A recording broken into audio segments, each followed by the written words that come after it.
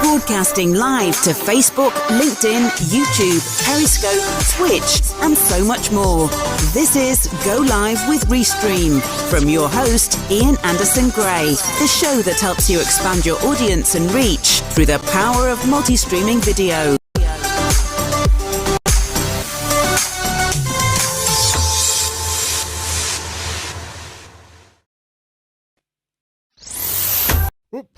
Hello, sorry about that. My name's Ian Anderson Gray and welcome to the Go Live with Restream show.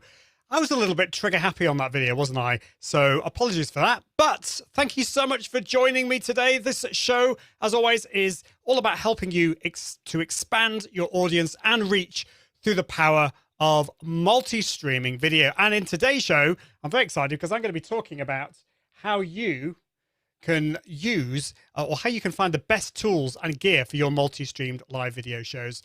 As always, we're broadcasting to a plethora of different channels, including Facebook, YouTube, LinkedIn, Twitch, Periscope, DLive, and so much more. So thank you so much for tuning in. And I'd love to know where in the world you are watching from. I can see lots of lovely people in the room. So who have we got? We've got, let's have a look. We've got Danilo watching from Brazil. Great to see you here. We've got Rebecca Stanley watching from Arizona. And yes, so that's from Brazil. And then we've got Melissa watching from just down the road. Great to see you. And Martin Buckland is watching from Toronto. Awesome to see you guys. Pocket Video School saying, hey, Ian. Great to see you. Thank you so much, everybody, for joining in on the show. Today, as I said before, we're going to be talking about gear and tools and tech. Now, on the show, I've talked about lots of different things in the past. We've talked about how to plan your shows. We've talked about repurposing. We've talked a little bit about gear. We did had Mike Russell on the show, and we talked a little bit about the best microphones to use. But yeah, we've focused on strategy and planning and all that kind of stuff and repurposing and content, but we've not really got on to the tech and the gear. And I know that is a subject that many of you are really interested in, or at least it's a subject that you want to know more about. You want to find the best gear and tools and tech for you. So I'd love to know your questions and your thoughts. Everyone has their kind of opinion, I think, on the best microphone, camera, and all this kind of stuff. So I'm going to tell you my thoughts on that, and we can get a really cool discussion going on there. Some other people watching live. We've got Josh Daniel watching from Charlotte, North Carolina. Yes, North Carolina. I've been to Charlotte. I love North Carolina. It's a great part of the world. Hope you're doing really well there. Louise is watching from High Peak in England. That's just down the road from me. Lovely part of the world. And we've got, sorry if I'm mispronouncing your name here, Nazian watching from Michigan. And we've also got Aminul watching from the UK. So we are a global audience, which is great. Okay, well, just a little bit. I've just realized. So this is typical. With tech, sometimes the tech is great, but sometimes the tech doesn't work. And for some reason, my teleprompter, which I was going to recommend, is not working today.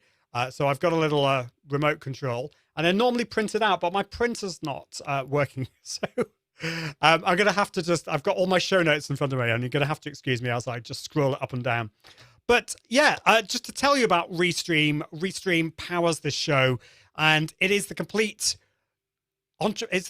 multi-streaming suite, really. I think that's the best way of describing it for entrepreneurs. With Restream, you can stream to multiple platforms all at the same time. And that's what I'm doing today. We're broadcasting to Facebook, YouTube, LinkedIn, Periscope, and a lot more, including things like Mixcloud, which is a great platform. So it allows you to do that really, really easily. And you can either do this from your browser using Restream Studio, which I'm using today. This is really the easiest way to get started with multi-streaming. With Restream Studio, you can basically just go onto your browser, go to restream.io, and you can bring in guests. You can have up to 9 guests on the screen. You can see all your comments, which is amazing, which is great. I can see that Melissa says she has 4 printers. Maybe I can send it to you. Thank you, Melissa. But yeah, it's a great platform through the web. It works really, really easily. You can put captions on the screen as well. So you can do things like that. Restream Studio, go live from your browser. You can also put videos and graphics and all that kind of cool stuff. So it's awesome. A really, really amazing platform. As well as the Restream Studio, if you prefer to use a different tool like OBS Studio or Ecamm Live, you don't have to just use the browser. You can broadcast from those tools to Restream, and then Restream will take care of that and broadcast it, multicast that to all those different platforms, which is amazing. The chat feature is awesome. I've downloaded the chat app to my computer so I can see all the chat. Of course, in Restream Studio, you've got all the comments going there. And there's some really cool things, like you've got the ability you've got the bot, the Restream bot, that allows, that basically puts all the comments, say, from Facebook onto YouTube. So doesn't matter where you are watching this, you will be able to see the comments from all the other platforms on the platform that you're watching. So loads of cool things. Definitely check it out. And to find out more, all you need to do is go to iag.me/restream. I'm just looking for it. Where is it? I don't have it here. So I'm going to just put it as a caption so that you've got it there. iag.me/restream. And you can play around with it for free. There's a free platform and free plans and some paid platforms as well. Awesome. Great. So let's see if we got who else we've got here. We've got Nick watching from Lauderdale, Fort Lauderdale, I should say. And I don't quite know what this is. I'm also saying, is the RAID to use yet? Maybe if you could explain what you mean by that. Cool. Okay, so the first thing that we're going to talk about when it comes to this is microphones and audio gear. Why am I focusing on the audio first? Where, we're talking about live video here. Surely video is the most important thing. Well, yes, except actually if people can't hear you, if the audio quality isn't that great, then people are going to switch off, and we don't want that. So, what you need to think about really is to level things up and go for the first thing I would recommend that you buy is a better microphone. Now, I will say first of all, if you want to just use your inbuilt webcam and your inbuilt microphone, that's totally cool. That's the best way to start. Just start with what you've got. But if you're wanting to level things up, the first thing that I would look at doing is getting a microphone, getting a better microphone. And the one that I would recommend is the Samson QTU. So the Samson QTU is a really, really cool microphone. I've used it many times before. And I'm just going to show you. So this is the Samson QTU. Let me just find this for you, and I can share my screen and show you this, because the reason I recommend the Samson QTU is because it's an inexpensive microphone, and it's also gives you really good quality as well. So let's just show you this. So this is the Samson QTU. Now, is that going to work? Let's have a quick look. Are you seeing that? No, you're not. Let's put that up there. So the Samson QTU. So this is it on Amazon, and this is actually the podcasting pack. So you can actually get the microphone even cheaper than this. But if you go for the Samson QTU with the podcasting pack, you get a little stand, you get a pop filter, and everything that you need. And the great thing about the Samson QTU is that it's a USB mic, so you can plug it straight into your computer. You don't need to have a mixing desk. You don't have to have anything fancy like that. It's just a really quick and easy microphone to use. But if you want to get fancy later on, it does have an XLR output. So if you want to get fancy and get a mixer or get an audio interface, then you can do that later. So the Samson QTU is a great microphone, really good quality, and it's definitely what I'd recommend.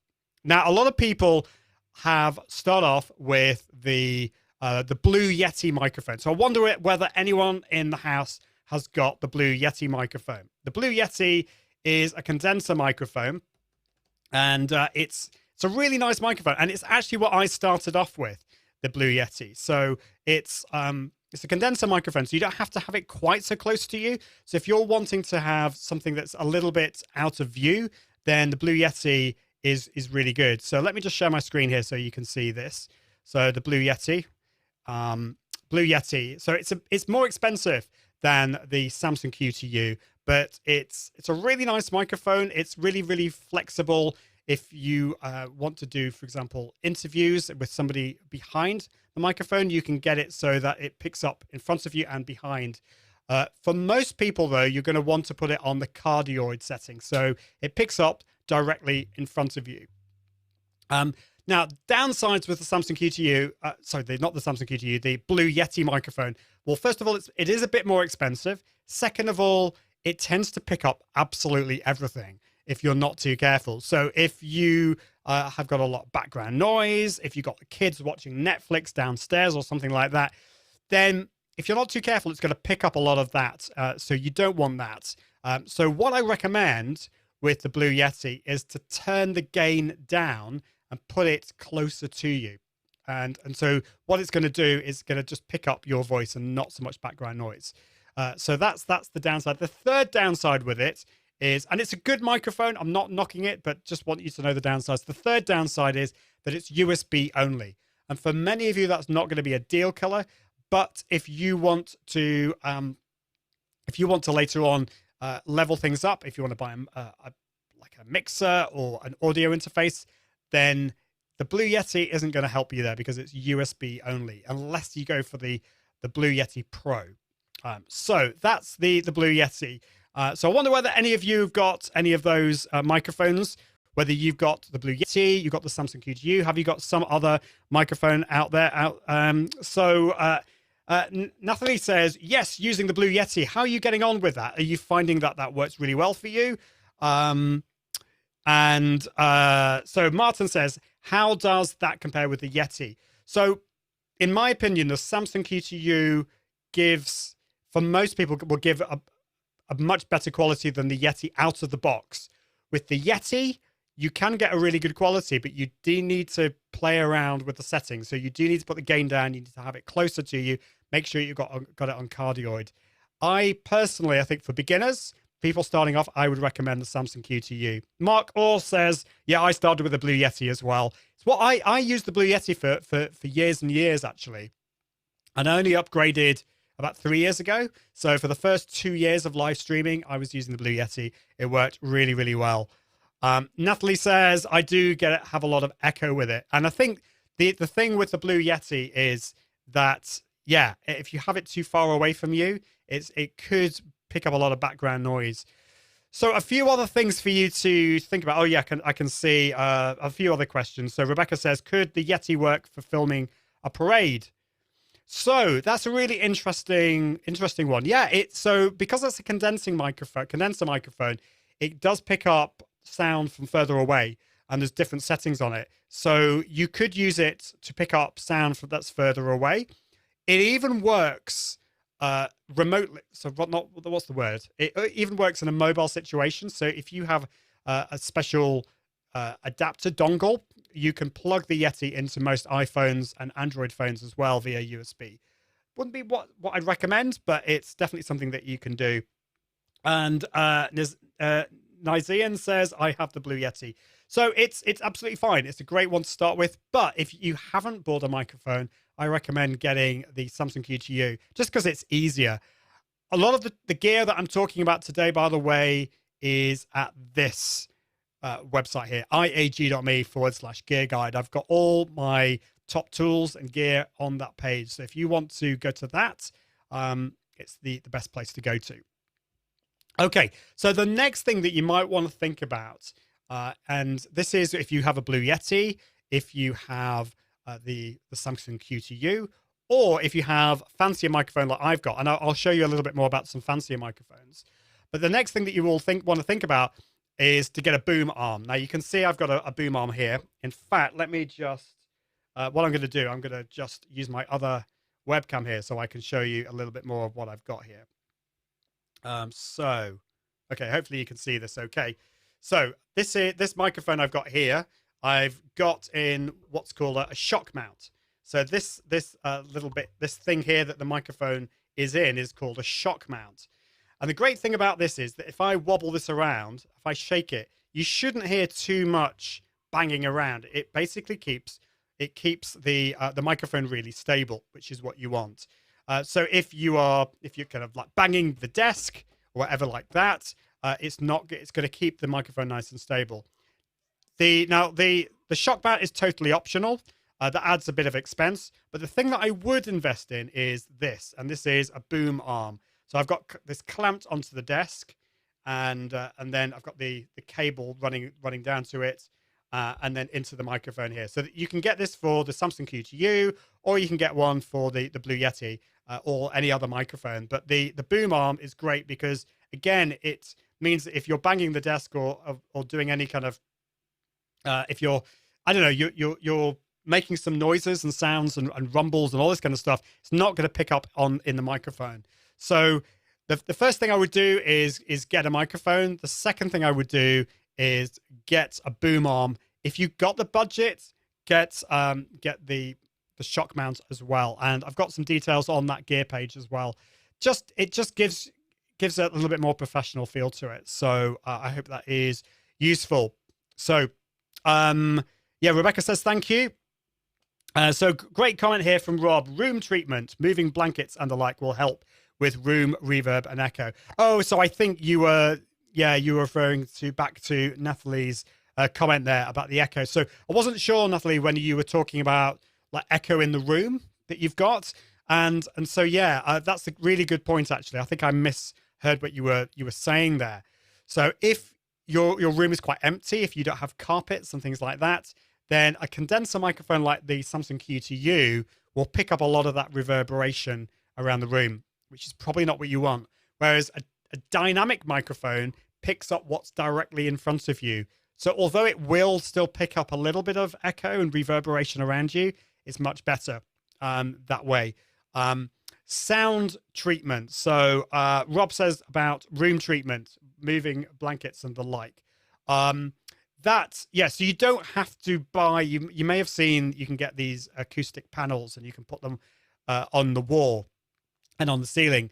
You can get them, well, they are more expensive. You can get them at a reasonable cost. They tend to be, when you have to use them a lot, it does tend to add a lot of money to the bill. So I love the idea of a blanket. So you could put like drapes of like curtains and blankets around just to kind of deaden the room a little bit. That's a really good idea, Rob. I like that. And Rob also says, my audio setup is fine, but I struggle with guests and co-hosts.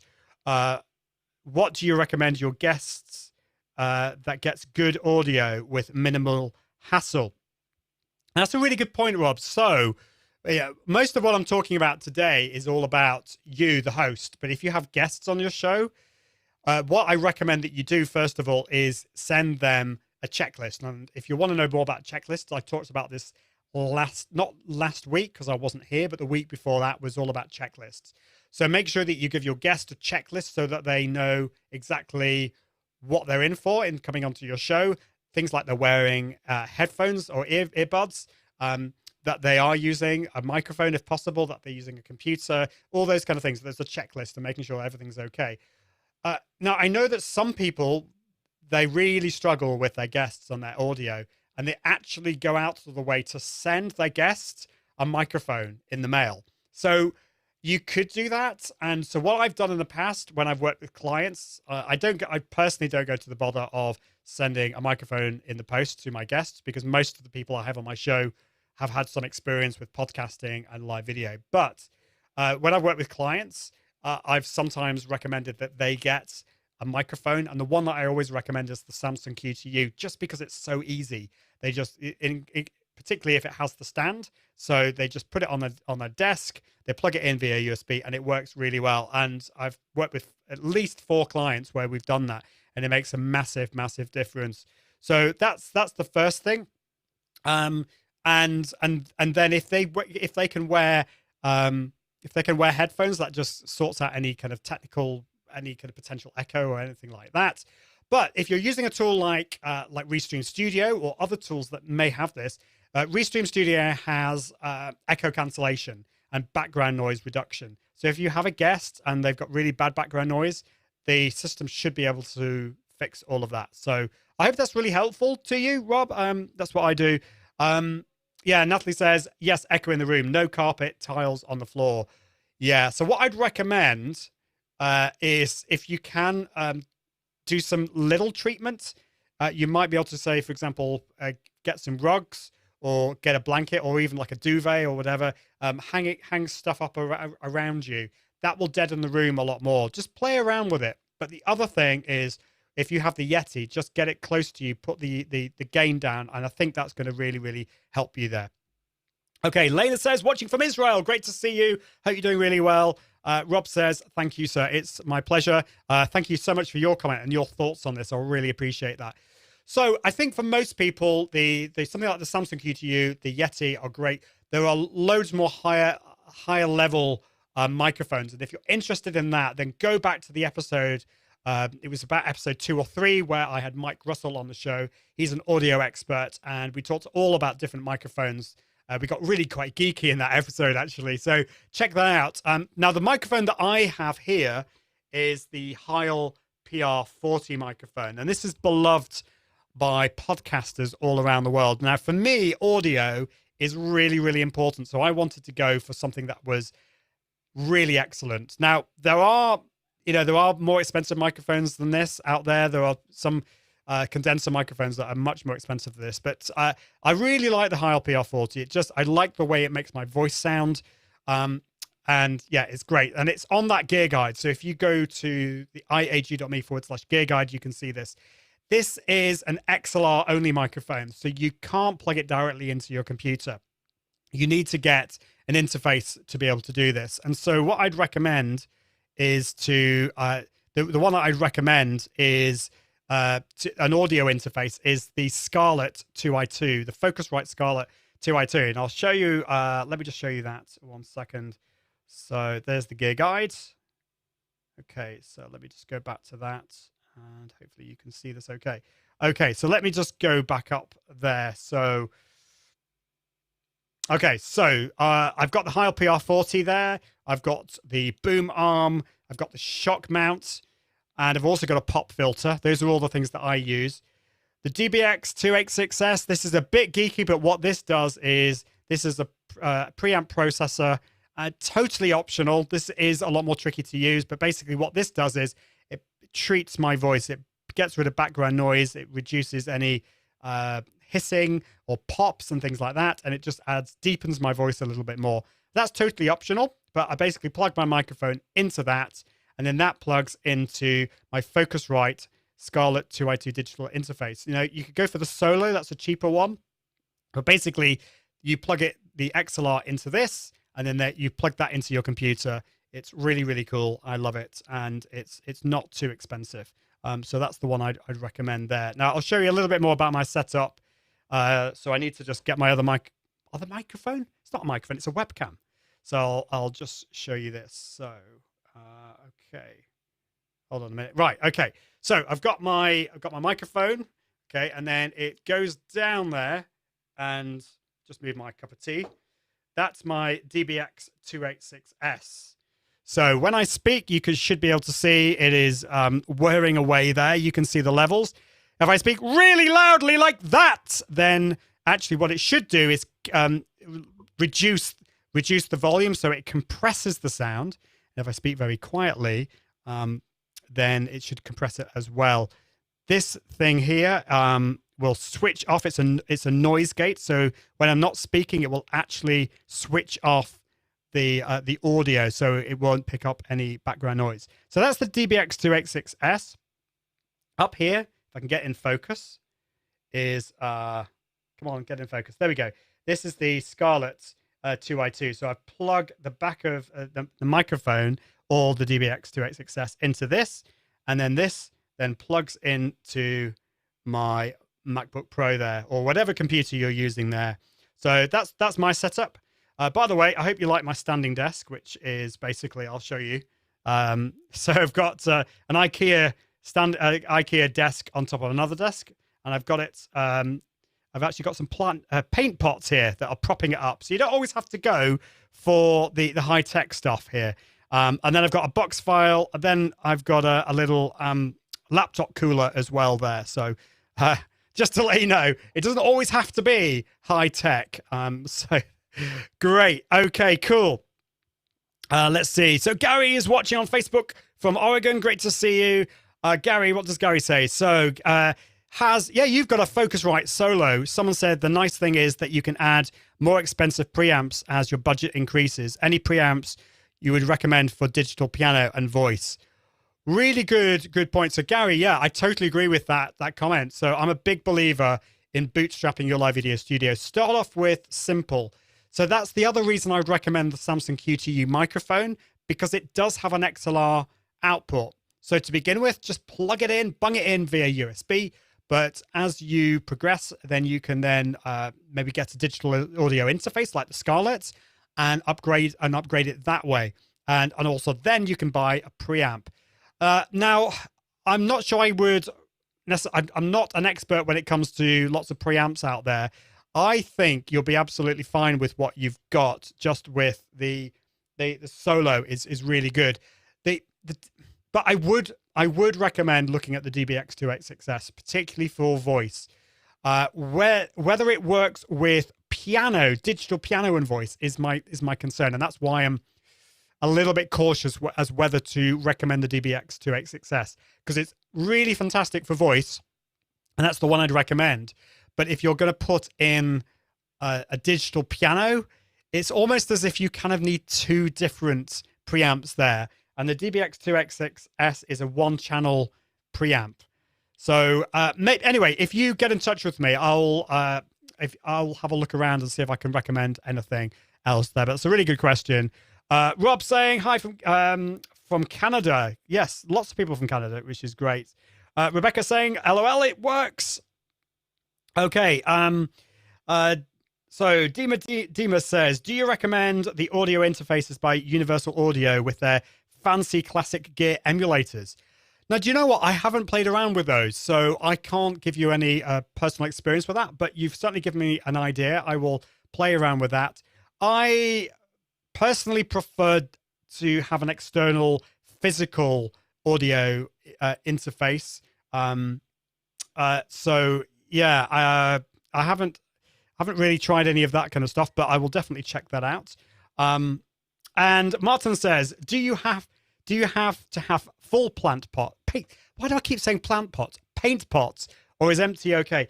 I think these are half empty. So we actually found these in the garage. They from our previous owners. So I think they're kind of half full. But I mean, basically, it just depends on how heavy your desk is on top of it. So it's a good question. I don't know. Right. Okay, cool. I hope that answers your question, Martin. So we've talked about, I think we've basically talked about microphones and audio gear. So I think it's now time to talk about cameras. So I'd love to know which cameras are you using for your live streams and for other stuff? You know, which cameras are you using? Now, again, I believe in bootstrapping this. Start small. You don't have to spend any money on this. If you have a laptop with an internal webcam, just use that. That's absolutely fine. That's the best way to start.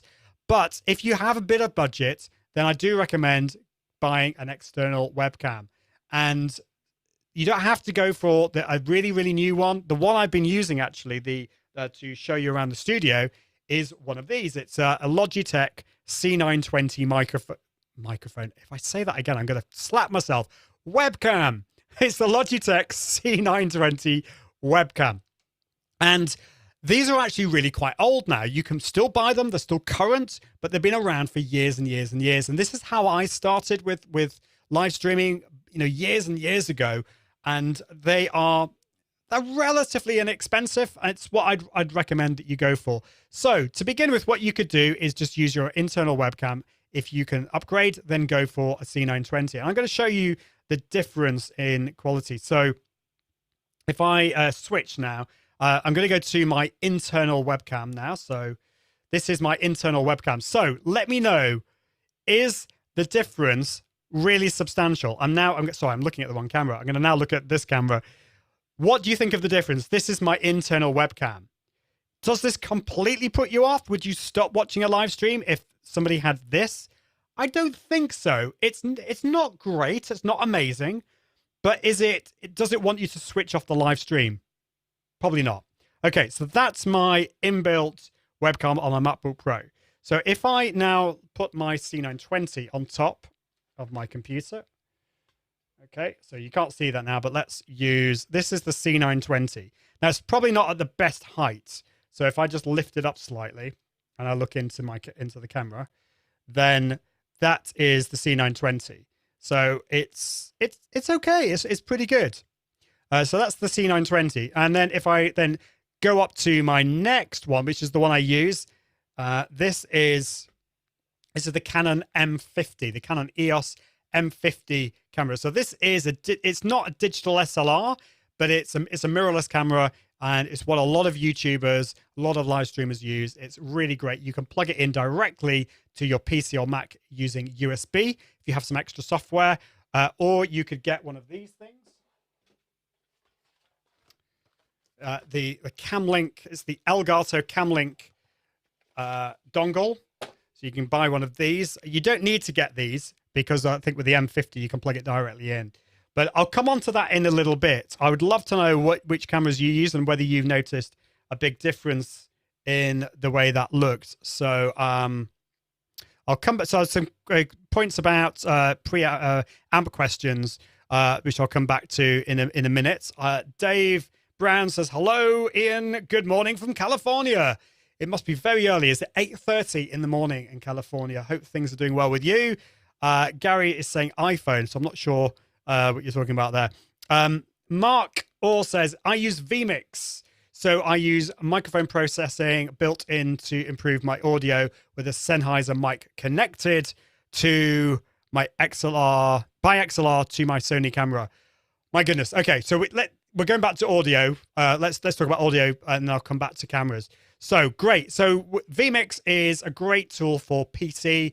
It's a live streaming tool. It integrates with Restream as well, so you can stream directly from vMix to Restream and then do all the multi-streaming that way. So what you're doing, so I use mic processing built in. So is that vMix has the processing built into it. So some live streaming tools have some processing built in. I know Ecamm does, OBS kind of does.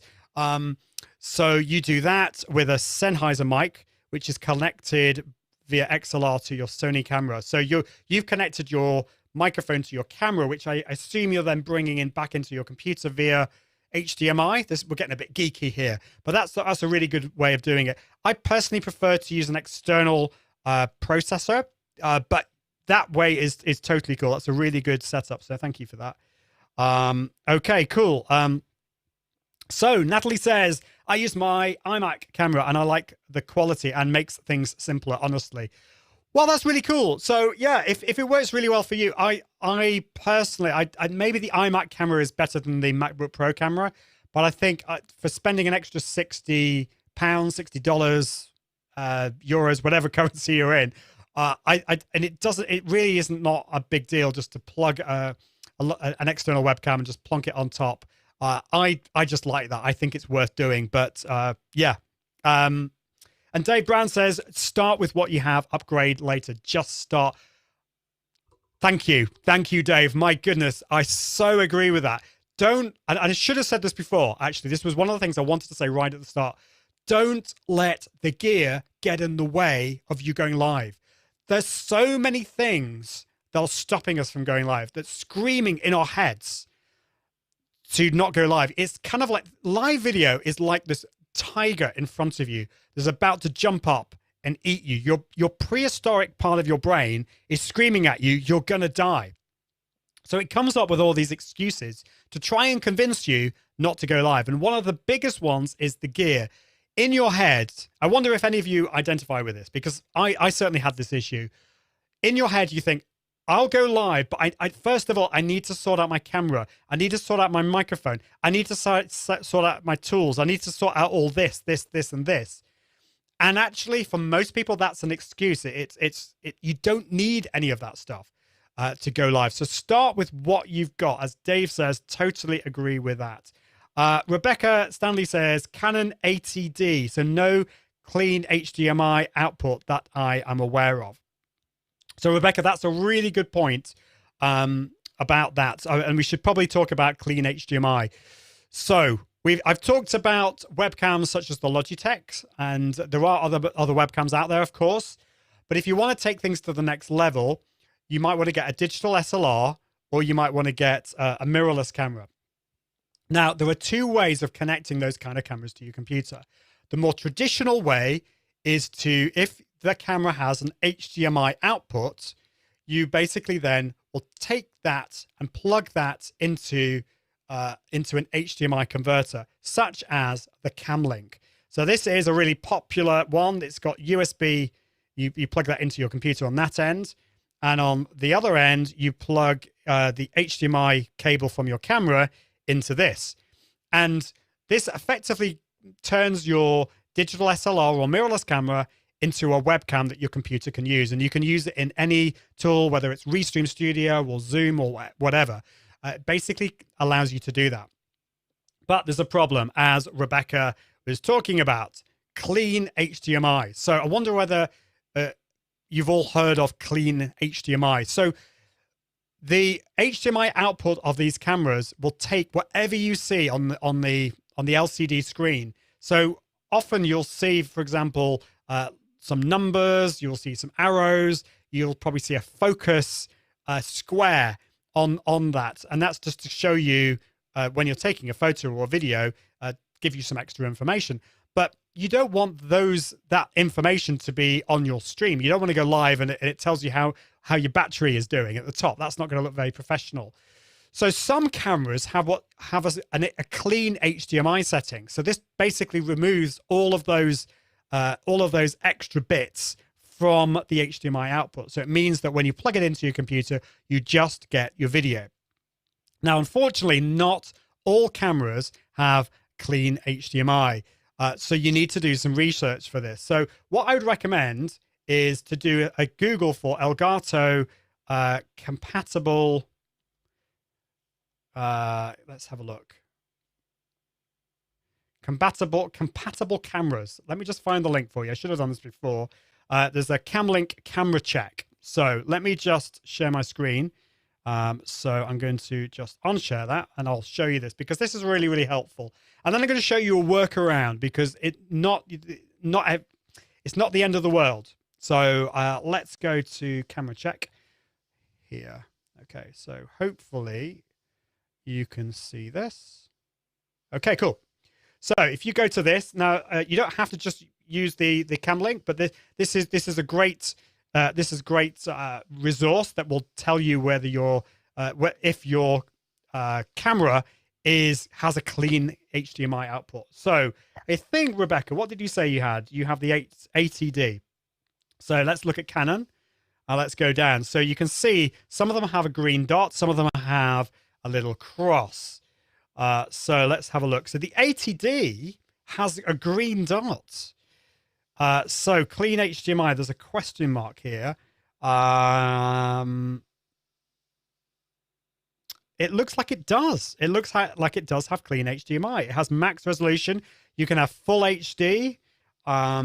It recommends that you can put a dummy battery into this, so you're not just relying on your battery power. So a dummy battery allows you to plug your camera into the mains. So it looks like it's all good. If you have the 70D though, there are some issues here. I'm not sure what the issue is there. What's it say? There is a note, but I don't know what it is. So yeah, basically check here to see whether your camera has a clean HDMI or not. Now, there is a workaround if you have a Canon camera, because you don't have to rely on one of these or the any HDMI and things like that. You can actually plug it directly into your computer via USB. Now, I don't think all Canon cameras are compatible with this, but pretty much all of them are. Canon now actually has software for Mac and PC that will effectively turn your Canon DSLR camera or mirrorless camera into a webcam. So you can do that really, really easily, and it's great.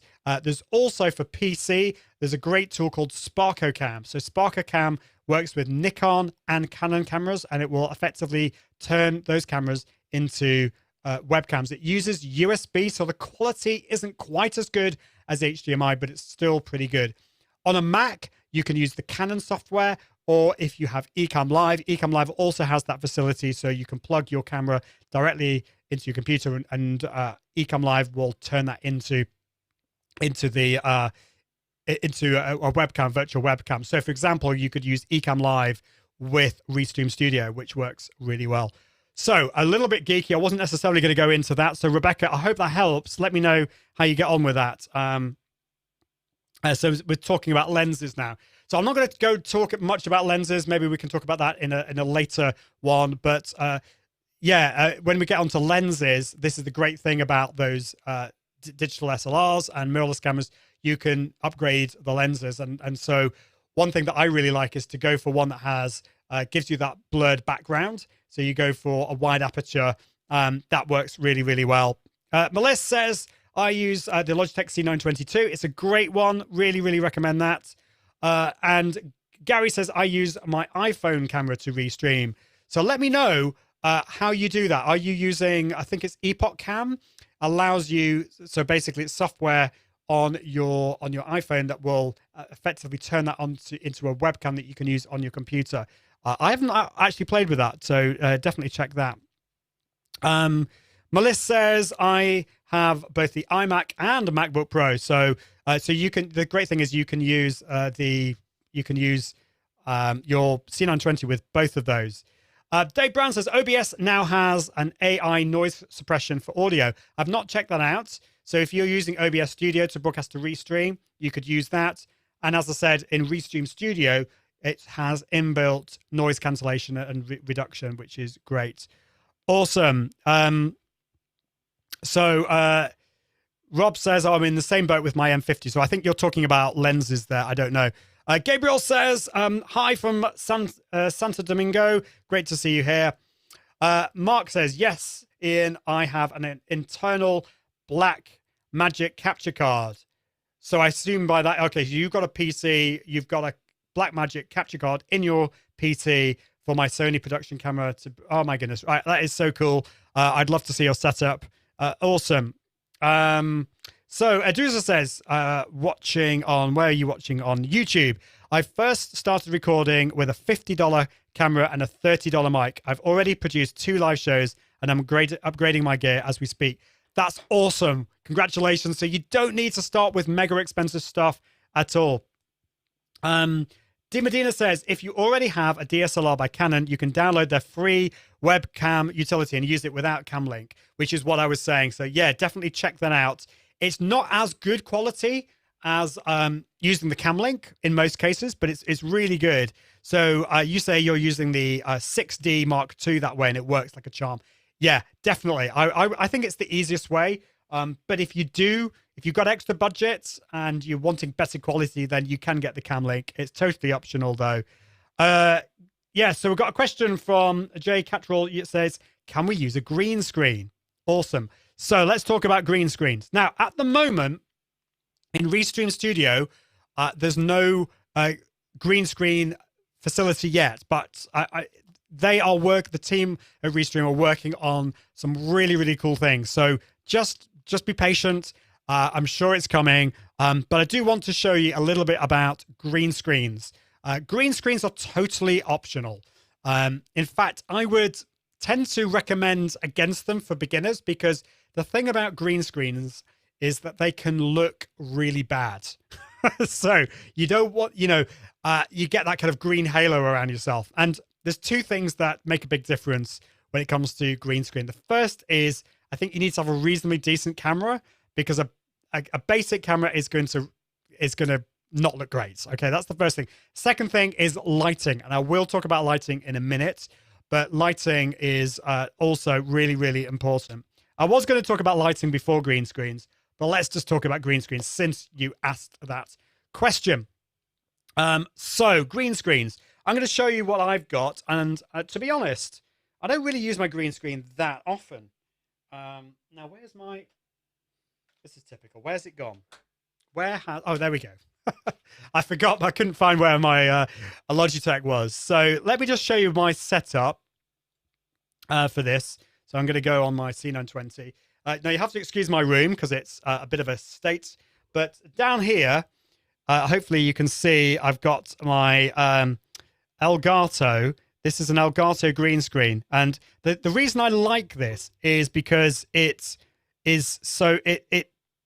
I can put it away really easily and I can just pull it up from the floor. So if you're wanting something cheap, you can buy some green screens very, very inexpensively. The downside is that it takes ages to put up or put down. But I'll just show you how this works. So I'm going to go away from a microphone so you won't be able to hear me. Okay, so I can just pull it up like this.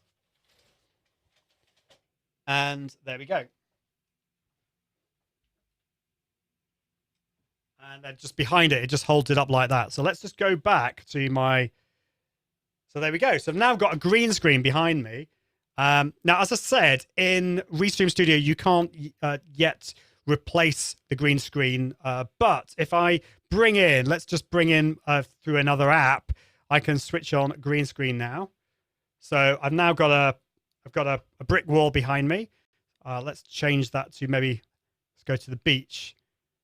So that looks nice. Or maybe palm trees. Does that look good? Should we have that? Yeah, that looks good. I think that looks good. So let's do that. Let's have that. I think I've just realized I've lost that side. Yeah, I lost my Go Live with Restream logo. That's no good. So there we go. So that's green screen. Now I've got pretty good lighting. I think that looks okay. It's not perfect, but you can change, you know, if I change the effect level, I can get it pretty good. If I do that though, I disappear. Which we don't want. So that's green screen. But I think for most people, you don't need to start off with that. So that is green screen. So I'm going to just put that down. There we go. Right. Okay, cool. So that's green screen. So let's have a look at the comments and see what other people are asking. So, so Rebecca was saying, weird, from what I had researched, I had to turn off autofocus. Now that's, so I don't know for certain. On the M50, if you use the cam link, you have to switch off autofocus. So that's one downside. So some of them you have to switch off autofocus and you have to go manual. That might not be a big deal for most people. But as you can probably see, I've actually got autofocus on. I'm using it, I plugged it in directly using USB. So that's the other thing that you can do. And I haven't tested this out. This is one of the things I want to test, is you can plug in via USB and HDMI. So the USB will remove the autofocus bits, and you can then use this as well. But anyway, I haven't tested that out yet, but that's the next thing that I want to do. Great. Okay, so Lisa says, this is interesting. Thanks for all the info. Do you also talk about audio configuration? So I did talk about that. I don't know if you just joined us, Lisa, but if you want to watch the replay, I talked a little bit about that. I use an audio interface Scarlett Solo, which is great. I use the 2i2, which is very similar, and a dynamic microphone. Yeah, that's what I use here. I have to connect everything with line in because I used ASIO CO audio drivers. So that is something that I don't know much about. So I don't know what the problem is there, but I'm going to leave that for other people to comment on because I haven't used those drivers. Mark says, I've been experimenting with some really cheap £20 USB capture cards and was surprised how well they worked. And I've heard the same, Mark. So the Camlink is not cheap, but there are some inexpensive USB capture cards that you could experiment with, which is great. Tyler says to Rebecca, I typically set mine to manual focus. If you have face tracking on, I believe it does show the tracking square. So I haven't tested that. I'll have to look into that.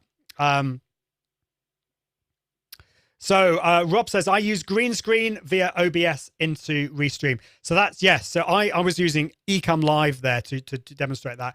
But you could use OBS Studio. It's quite easy. Well, OBS Studio is not easy. It's that's why I recommend Restream Studio. But if you're a PC user and you look for something free, then OBS is great, and you can do green screen and bring that into Restream Studio. But yeah, hopefully that will Restream Studio will add that in at some point. Great. Okay, so we've talked about green screens. Let's talk about lighting. My goodness, so much to talk about. I think I'm going to have to do another show talking about tools. Maybe I'll do that next week. We've just talked about gear today. So lighting. Right. Okay. So now lighting it's a really big topic, and loads of people have different ideas on lighting. So if you are going live during the day, then the cheapest option is this thing called the sun. It's great. So if you can practice, if you're in front of a window and you've got good sunlight streaming through, then that's a great way to get good lighting, as long as you're doing it during the day and as long as you are facing the sun. But for many of us, I mean, I live near Manchester. It's not really that sunny that often, particularly at this time of year. And at the moment, it is actually dark outside. So it's nearly 5 o'clock in the evening here, and it's dark outside. It's depressing. So lighting is really important for me. So you can get lighting. You can buy some lighting from Amazon. Probably the cheapest one are the soft boxes. And you can buy these very inexpensively. The problem with soft boxes are that they're very big, they're bulky, and they also get really hot.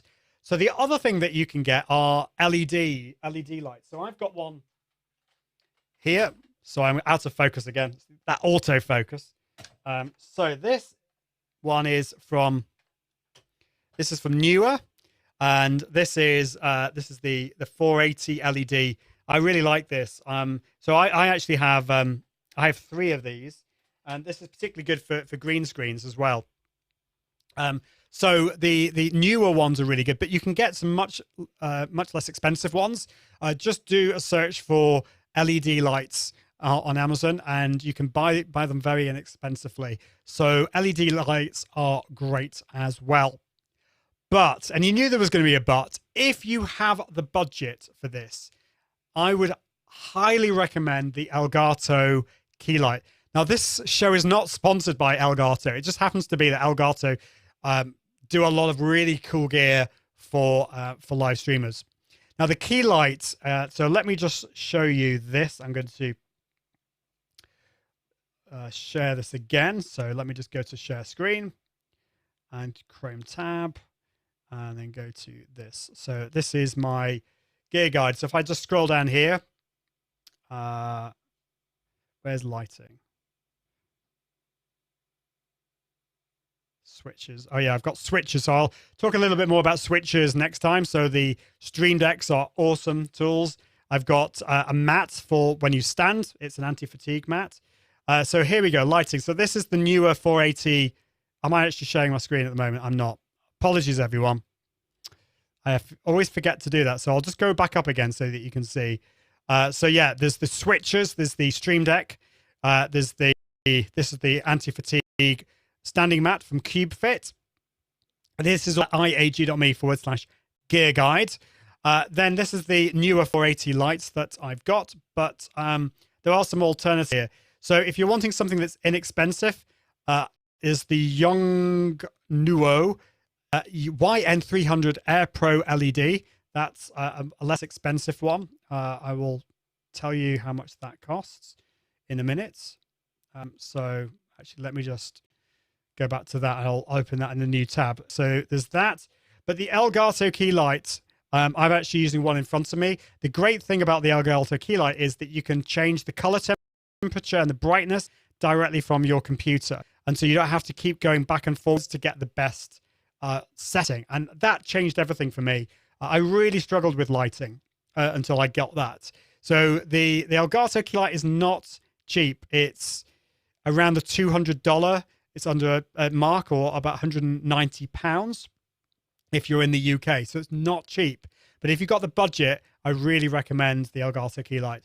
The Young Nuo one is about $50 for that. So it's a lot cheaper. So those are some examples there. And I've also got the green screen there. Okay, cool. That is lighting. Let's go back to the chat. Yes, it is raining in Manchester. It always rains in Manchester. So Lisa says, I have newer 2-pack dimmable 5600K USB LED video lights. It was really cheap, but sometimes my face is overexposed. So maybe is it possible? It is dimmable on there, so you might just want to just change the temperature on that, just the brightness on that, just to bring it down.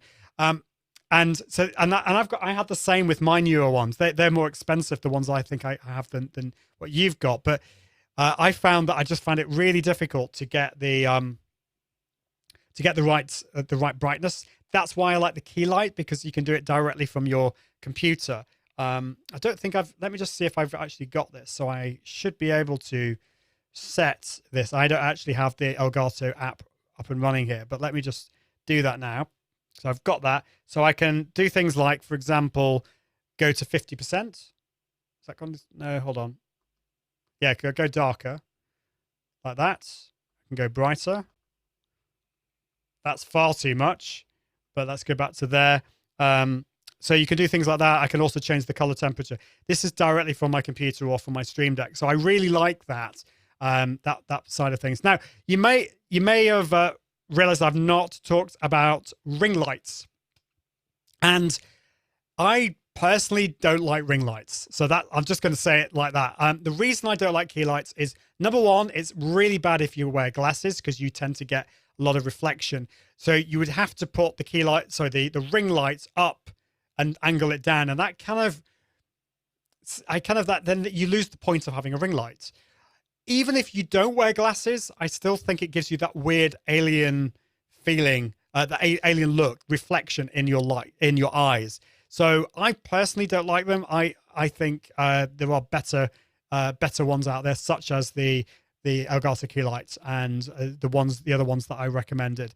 So I hope that was helpful when it comes to lighting. So we've run out of time. So what I will talk about next week, or in a future episode, I'll talk about other gear, tools and apps as well. So maybe if you could have a think about this, what are the other tools that you use with your live video setup? I'm going to talk about some other tools and apps that you can use to really level up your studio and the whole experience, really. Do check out Restream. Go to iag.me/Restream. You can use it for free. Restream Studio works directly in the browser. You can also use Restream with other tools out there. It's awesome. It's what I use every single time I go live. In fact, last week I used Restream Studio to broadcast a really big event. So this was Janet Murray in the UK. We were streaming for over 500 attendees for a big conference, and it was amazing. We wouldn't have done without Restream. It was an integral part of what we were doing. So definitely check that out. And do keep the comments and the questions coming. Do check out Restream, the Restream channels as well. I'm just going to move up my show notes here so that I know what I'm going to be talking about next. So next week, I'll let you know a little bit more about who we're going to have on. We've got some special guests coming up as well, which is going to be really cool. I'll let you know a little bit more about that as well. Awesome. Well, thank you so much. It's been a pleasure to be with you today. I really don't take for granted you spending this time with me. I really find that humbling. It's awesome. Thank you so much. But just to let you know, we're live every single Tuesday at 4 p.m. in the UK. That's 11 a.m. Eastern, 8 a.m. Pacific. And do check out all the other Restream shows. There are at least one per day. Sometimes there are more than one per day. Check out the Restream channels. And of course, you can if you want to get notified for future shows, I forgot to mention this before, but if you go to confident.live/Restream, that's confident.live/Restream, my handy Facebook Messenger bot will remind you of future shows as well.